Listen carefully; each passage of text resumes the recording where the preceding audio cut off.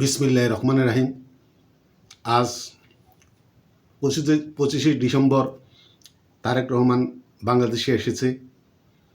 আমি স্বাগত জানাই, কিন্তু আমার কথাটা হলো আরেক জায়গায়।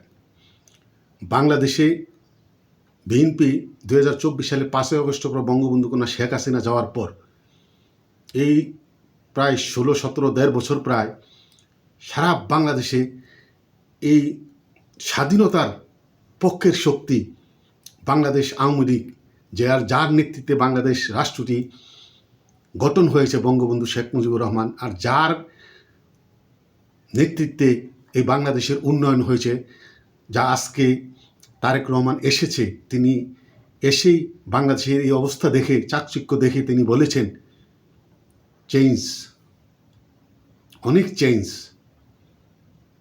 এটাতেই বোঝা যাচ্ছে তিনি এত 17 বছর লন্ডন থেকে এসে 17 বছর বাংলাদেশের যে চেঞ্জ দেখেছেন, তিনি নিজেই আশ্চর্য হয়ে গেছেন।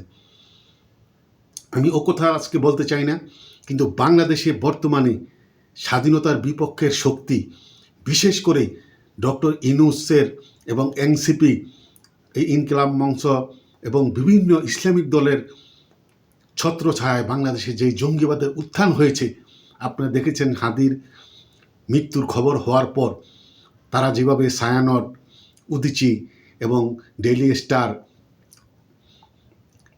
স্টার এই পত্রিকাগুলোতে যেভাবে তারা হামলা করেছে, এমনকি প্রথম আলো এই পত্রিকাগুলোর মধ্যে এমন একটি অবস্থা সৃষ্টি করেছে যে বাংলাদেশের ইতিহাসের মধ্যে এমন ধরনের ঘটনা স্বাধীনতার পরে হয় নাই। এবং তারা যেই লোকগুলা এই হামলাতে নেতৃত্ব দিয়েছে, এই লোকগুলো আমরা কোনো সময়, আপনারা হয়তো কেউ কোনো সময় তাদেরকে দেখেন নাই। তারা বেশিরভাগ নেতৃত্ব যারা দিয়েছে তারা আগে জেলে ছিল। বঙ্গবন্ধু কন্যা শেখ হাসিনা যাওয়ার পরে এগুলা জেল থেকে তাদেরকে ছেড়ে দিয়েছে ডক্টর ইউনূস।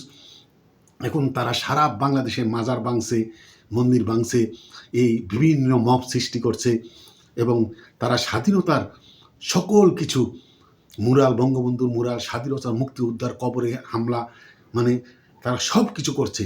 আমি আজকে সেদিকে যাচ্ছি না। বিএনপি এমন একটি অবস্থার সৃষ্টি হয়েছে যে এই 1.5 বছরে কিন্তু তারেক রহমান আসে নাই। 1.5 বছরে এই বিএনপির এমন একটা যৌবনকালে, রাজনৈতিক যৌবনকালে তিনি আসেন নাই, কিন্তু তিনি এসেছেন কবে? হাদি যেদিন গুলি খেয়েছে এর অধীনে রাত্রে বিএনপিতে ডিক্লেয়ার করা হলো যে তারেক রহমান 25 তারিখ আসবে। কিন্তু এর আগে তো আইন শৃঙ্খলার অবস্থায় এত অবনতি ছিল না। হাদি যেদিন 2024 সালের 5ই আগস্ট সবচেয়ে বেশি আইন শৃঙ্খলা অবনতি হয়েছে হাদিকে যেদিন গুলি করা হয়েছে, কিন্তু অধীনে তারা ডিক্লেয়ার দিয়েছে। কিন্তু এখানে আমার কথা হলো যে ডাল মে কুছ কালা হয়। আমার জীবনে তারেক রহমান বলেছে যে বাংলাদেশে আসা তার উপরে নির্ভর করে না। তখনই বোঝা গেছে যে বিদেশি কোনো গোয়েন্দার কলকাটিতে তিনি নাড়াচাড়াতে আছেন, যার জন্য তিনি লাইন ক্লিয়ার না পেলে তিনি আসতে পারছেন না। কিন্তু এখন দিনের আলোর মতো স্পষ্ট হয়ে গেছে যে তিনি ভারতীয় গোয়েন্দাদের সিগন্যাল পাওয়ার পর, সবুজ সিগন্যাল পাওয়ার পর তিনি বাংলাদেশে এসেছেন। কারণ আপনারা দেখছেন কিছুদিন আগে তারেক রহমান বলেছে যে আমাদেরকে 71কে আমরা ভুলে যাওয়া চলবে না, স্বাধীনতাকে করে আমরা এগিয়ে যেতে হবে। আর তিনি জামাতকে 71-এর পরাজিত শক্তি, এ ব্যাপারে জামাতকে ইঙ্গিত করে তিনি বলেছেন। তো এতেই বোঝা যায় যে আর উনি বলেছেন ওর সাক্ষাৎকারে বিবিসির যে আমরা কারো শত্রু না, আমরা কোনো বাংলাদেশপন্থী না, পাকিস্তানপন্থী না, আমরা বাংলাদেশপন্থী। আমরা পাকিস্তানপন্থী না, ভারতপন্থী না, আমরা বাংলাদেশপন্থী। এই ধরনের কথাগুলো বলাতে ভারতের সাথে সে তখন বোঝা গেছে, এখন মানুষও বুঝে, এনসিপিরও বুঝেছে, ডক্টর ইউনূসও বুঝেছে, বাংলাদেশের যারা ইসলামিক দলগুলো তারাও বুঝেছে, যে তারা বলতেও শুরু করেছে যে বিএনপি এই ভারতের কলকাঠিতে নড়ছে। তাই এখন দিনের আলোর মতো স্পষ্ট তিনি যখন আজকে এসেছেন, তো ভারতের সিগন্যাল পেয়ে, এমন বিভিন্ন মিডিয়াতেও তা বলা হচ্ছে ভারতের সিগন্যাল পেয়ে তিনি এসেছেন। কিন্তু তিনি কিভাবে দলটাকে গুছিয়ে আনবেন এটা এক আল্লাহ ছাড়া কেউ জানে না। আমি আগে বলেছিলাম যে বিএনপির মনোনয়ন যখন হবে, যেদিন মনোনয়ন ঘোষণা হবে, এরপরে কমপক্ষে 100 নির্বাচনী আসনে স্বতন্ত্র প্রার্থী দাঁড়াবে বিএনপির নেতারা। এখন আপনারা দেখছেন, আমি এখনও বলছি, কমপক্ষে 100 আসনে, কেউ এনসিপির থেকে, কেউ জামাত থেকে, কেউ স্বতন্ত্র, কমপক্ষে 70, 80, 50, 60, 100 আসনের মধ্যে বিএনপির প্রার্থী। এখনই কিন্তু আপনারা দেখেছেন যে সিরাজগঞ্জে মঞ্জুর কাদের, রুবিন ফারানা, এরপরে সীতাকুণ্ডে আসলাম, এভাবে অনেক জায়গায়, এরপরে নুরুর এলাকা গলাচিপাতে যে এই হাসান, এভাবে অনেক জায়গায় দেখা যাচ্ছে বিএনপি যে স্বতন্ত্র দাঁড়াচ্ছে, তারা দাঁড়াবে 100%। এই নমিনেশন সেটিং নিয়ে বিএনপির বিরাট এক সমস্যা হবে এবং এটা গোছানো। আর আজকে দেখেছেন বিএনপির যে এই নেতৃত্ব কিভাবে, আজকে 17 বছর পর তারেক রহমান এসেছে। আমি আগেও বলেছি, এখনও বলছি, আমরা স্বাগত জানাই। রাজনীতি করতে গেলে মুখামুখি রাজপথে আমাদের আন্দোলন সংগ্রাম হবে, কিন্তু 21শে আগস্টের মতো গ্রেনেড হামলা, এই ধরনের রাজনীতি আমরা আর ভবিষ্যতে চাই না।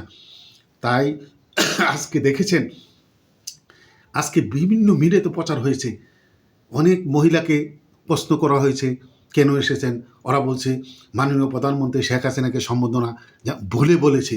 অনেকে বলছে আমি এসেছি, আমি নৌকার লোক, আমাকে বড় ভাই নিয়ে এসেছে।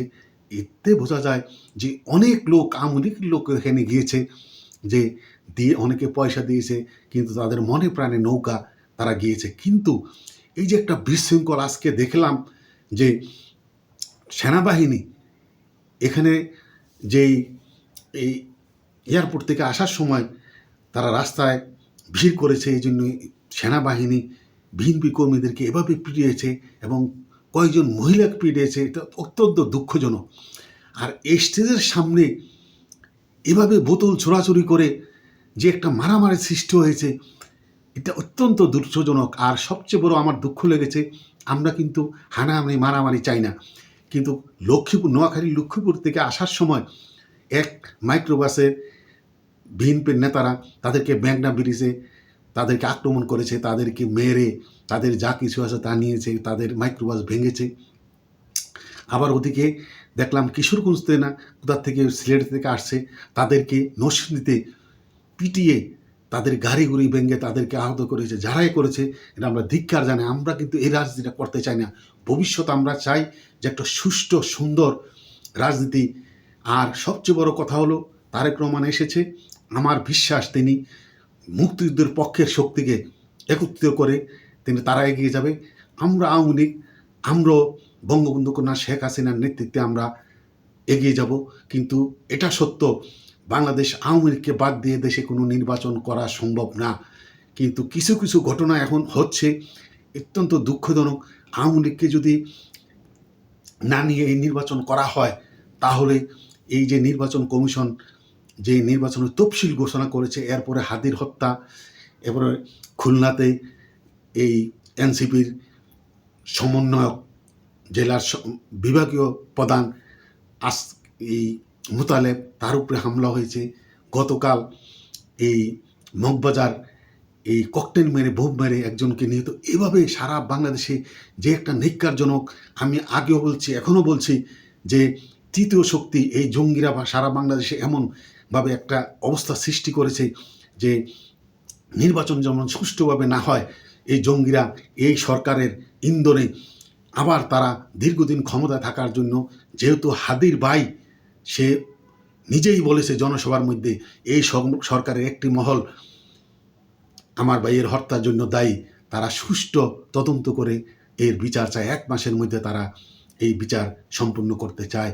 তাদের এখন বাংলাদেশের মানুষ বুঝে গেছে, অনেকে আওয়ামী লীগের নামে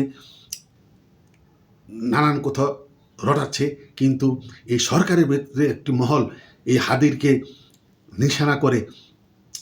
যেমন 2024 সালে জুলাই অগাস্টের আন্দোলনে মুগ্নর মা বলেছিল যে এই আন্দোলনকারীরা আমার ছেলেকে হত্যা করে আন্দোলনের আমার ছেলেকে হত্যা করে তারা আন্দোলনকে চাঙ্গা করেছে, ঠিক তেমনি হাতির ভাই বলেছে হাতিকে হত্যা করে এই সরকার আবার দীর্ঘদিন ক্ষমতা থাকার জন্য সেই চেষ্টা করছে।